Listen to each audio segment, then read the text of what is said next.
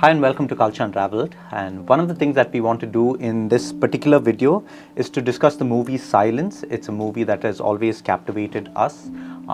Released in 2016 by Martin Scorsese, and of course it's based on a book. And the premise of the movie Silence starts with Father Rodriguez and Father Garupe. So Rodriguez and Garupe are two Portuguese Catholic priests, and they've just heard this message that Father Ferreira, who is their mentor, who was blazing the Christian trail in Japan, has apostatized, has gone away from the faith. And this deeply shocks them. They can't accept what has happened. And so the movie is basically Garupe and Rodriguez entering into Japan. And it starts with saying this is an army of two. And here is two Catholic priests, two Portuguese Catholic priests, entering into Japan, and the journey that they go through in trying to understand what it means to be a Christian in Japan, how to understand Christianity, how to live for their faith, and how to finally find their mentor. And so it's a beautifully taken, it's a complex movie, and it's based on a book. Based on a book, yeah, written by Shasuko Endo. He's written quite a few books dealing with Christianity and faith. And the book was actually made into 3 different films, one Portuguese, one Japanese, and the most recent one was English by Martin Scorsese. And actually Martin Scorsese has had a history of movies dealing with this topic, but also he's had his own personal journey with faith, some of which has been voluntarily publicized through his filmography, but some of it, like the more personal nuances and subtleties, is what he tries to wrestle with and articulate in this movie. Right. And he is a Catholic, right? Yeah, he is a Catholic. He's a professed Catholic, and he looks at his own spiritual journey. He himself is complex. He looks at his own career as a spiritual journey within movies. And so definitely there is a lot in the story that resonates with his personal spiritual journey, and that's why he's brought it into this. That's why he's taken this movie in the first place. If I have to ask you, Ben, what would you say is one of the most dominant themes in the movie Silence? I think of course there are many themes. But according to you, what would you say is I mean, like you're saying, there are quite a few prominent themes, but one that sort of keeps re-emerging is the value and meaning in the fact that God is invisible.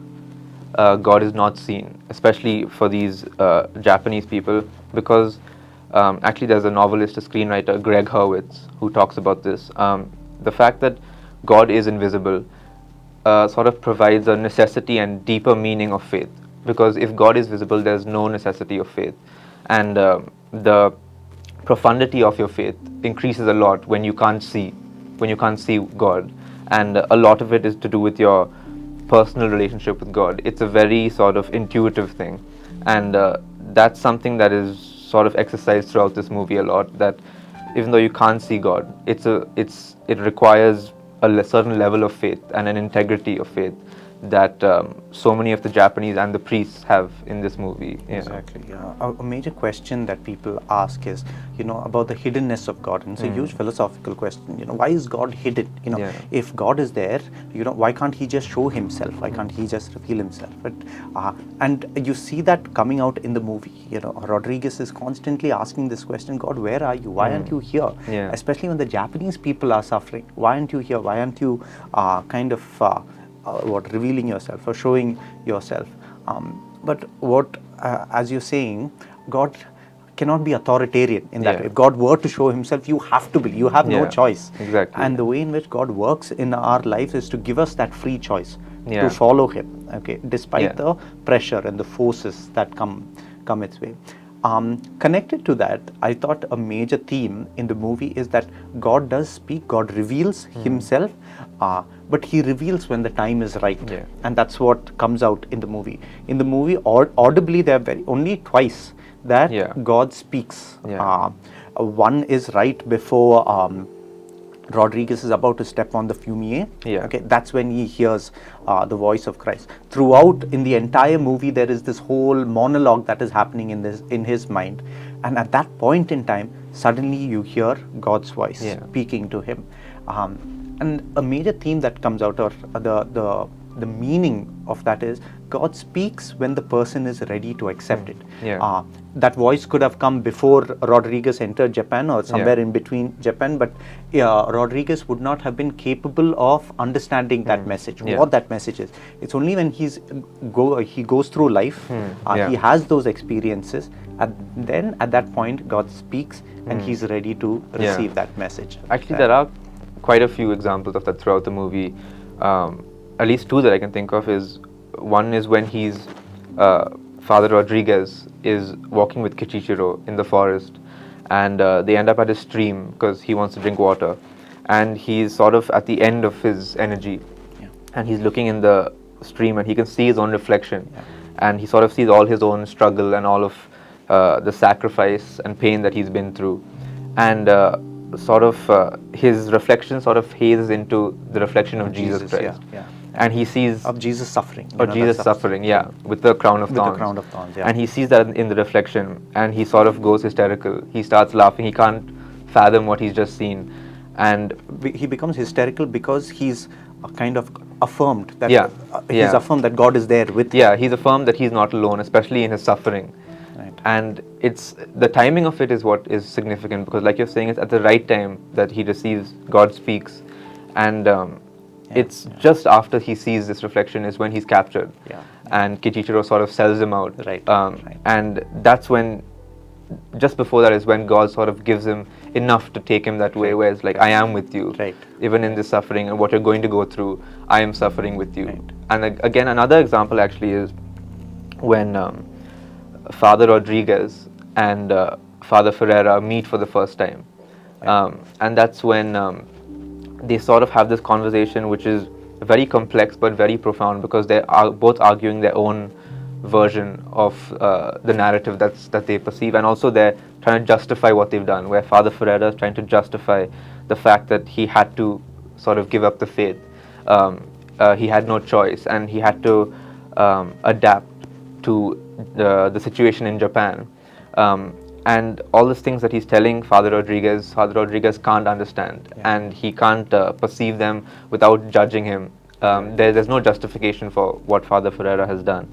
But it's only after Rodriguez goes through similar situations that Father Ferreira had gone through, then he understands what Father Ferreira was saying. Even that is a similar way where God is speaking to him in a way where he can only understand it because he's equipped with the experience to be able to perceive what it actually means. So that's another example of that. And even in one sense, God speaks to him. At that point, he's not able to understand it, but he's able to understand some of it in retrospect. When he's in that situation, Father Ferreira's, at that point in time, he feels like he's a coward. He's justifying what he's doing. But then later on, as he's going through that experience, he's able to kind of make sense of those things in the past. I feel, that is a major theme that comes out. And so one way in which the themes come out is also through the different characters, and they're very strong characters, very nuanced, beautifully portrayed characters in this.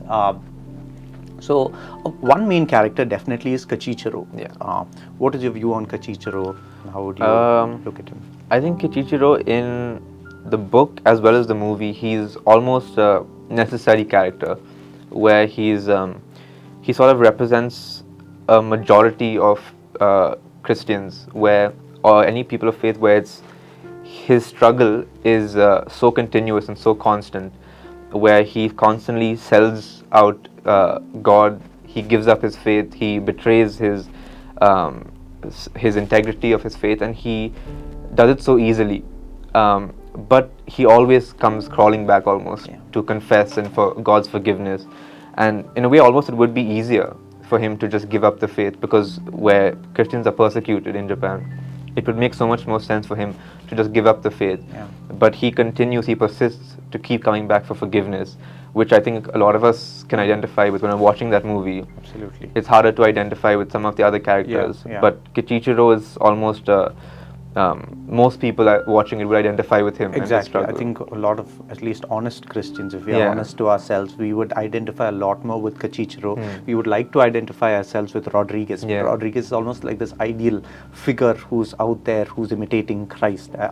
And a lot of us are not there. A lot of us very clearly identify with Cachichero.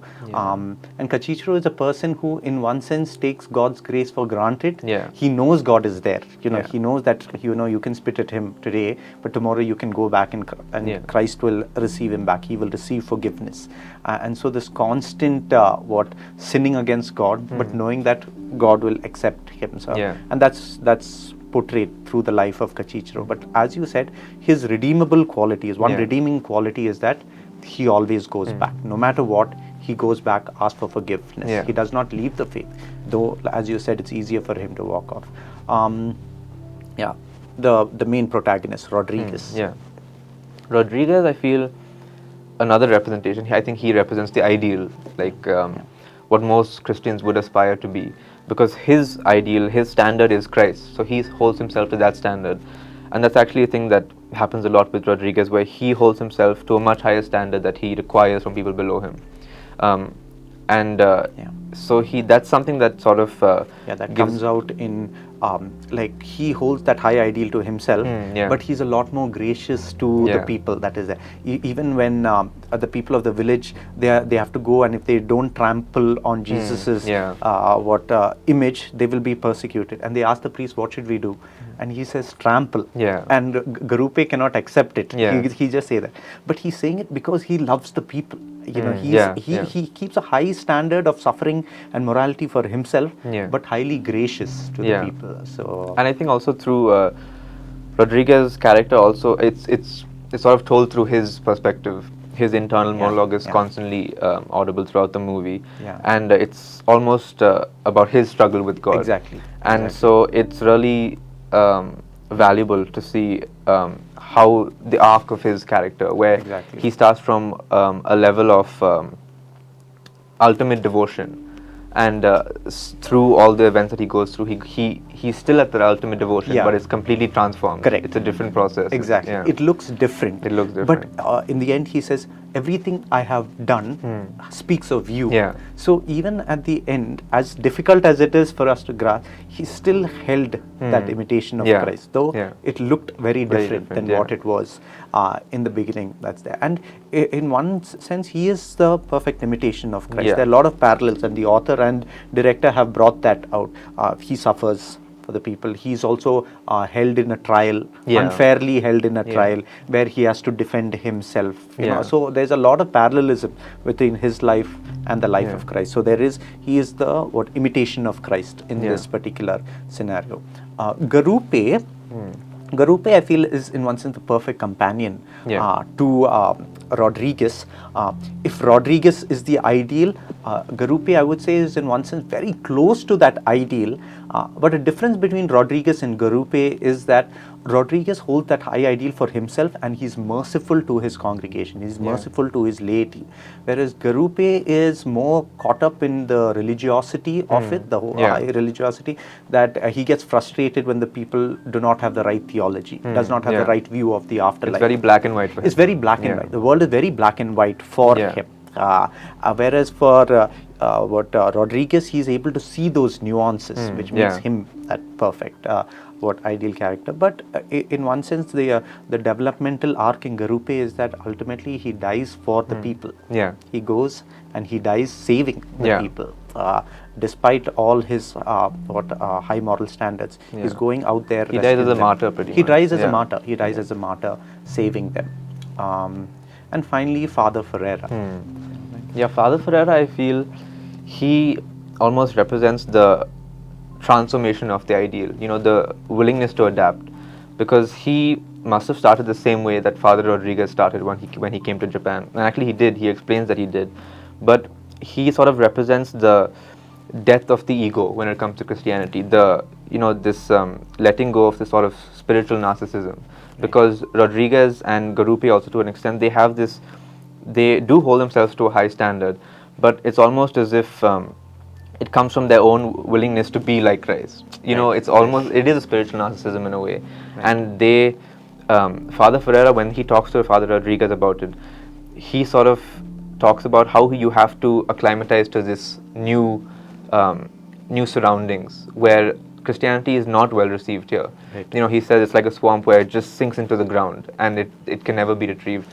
But the integrity of his faith is something that is upholded till the end of the film, because it's actually shown that he never has betrayed the faith. Exactly. He just had to transform, you know, and almost as he exists his faith is in a different realm than the others, because it's no longer something that is rooted in just tradition and in laws and rules, where it's something that is transcended all of that. Yeah. Though there is, he's doubting it. He's also in a process of journey. He's trying to figure this out. And you could look at him as a precursor to Rodriguez. He is the mentor to Rodriguez. You know, he is this wise man who guides Rodriguez in his ultimate path. So he blazes that trail for him. He moves there first, and then he guides Rodriguez through that. An important an important question that we can think about as we look at this story is, if you look at Christianity in Japan now, there's less than 1% Christians. All right, so Christianity in Japan is less than 1%, and here you have in the 17th century missionaries who are going from Portugal to Japan, trying to give the gospel, win them for Christ. And now if you look at it and say, okay, there's 1% Christianity in Japan, was their mission a success story? You know, how do you look at this conversion? What would you look at their mission as a success story? And for me, if I have to say an answer, the answer is yes.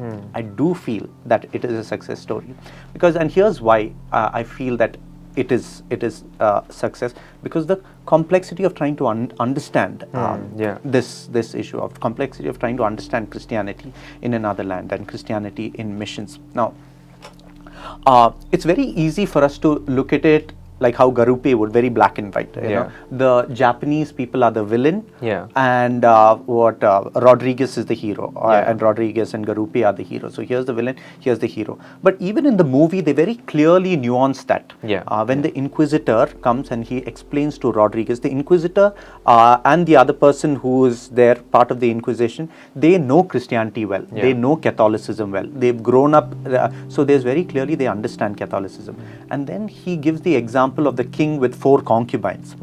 And the king represents Japan, and the 4 concubines at that point represents Spain, Portugal, Holland and England. And all these 4 European Christian nations are coming to Japan for economic prosperity, and they bring Christianity along. In one sense, exploiting Japan. For their personal reasons, and under the guise of, you know, we're bringing in Christianity. So very clearly, Japan is getting exploited by these foreign powers that's coming in. For Japan, they want the highest ideal to be Buddha, because that's the state for them. Exactly. Their cultural roots are very Buddhist. You know, so they have very Buddhist roots. But and so when they see their own people, here is a foreign country coming, and their own people willing to die for this faith, that immediately pulls a reaction. They are reacting towards that. But you can almost see why they would. It's almost understandable why. Exactly. It's not about condoning the violence that is there, but there's another priest who says, well, these 4 colonial powers came and said everything in Japanese culture is wrong. Okay, we need to bring in. So that is a different form of violence. Japan is reacting with physical violence, but here is another type of cultural hegemonic violence that is happening. And so that is the complexity that is here. So it is a reaction towards something. But why I feel like it is a success story is the way in which this novel has come out, and the deep theology and the deeper understanding of Christ which comes out because of Christian interaction in Japan, because Christianity interacted with the Japanese culture. And here you have the writer of this Suzuki Endo, and he's a Catholic who's a Japanese Catholic, and so he's embodying some of those struggles within him. And the fact that a literature of this value can emerge, which can help not just the Japanese people but Christians around the world and others understand a deeper dimension of who Jesus is, understand who Christ is. that makes, I believe, the interaction a success. A success. Yeah. Yeah. It's not about the numbers. It's how much we have understood about Christ. How Yeah. deeper have we understood about Christ Yeah. in this interaction.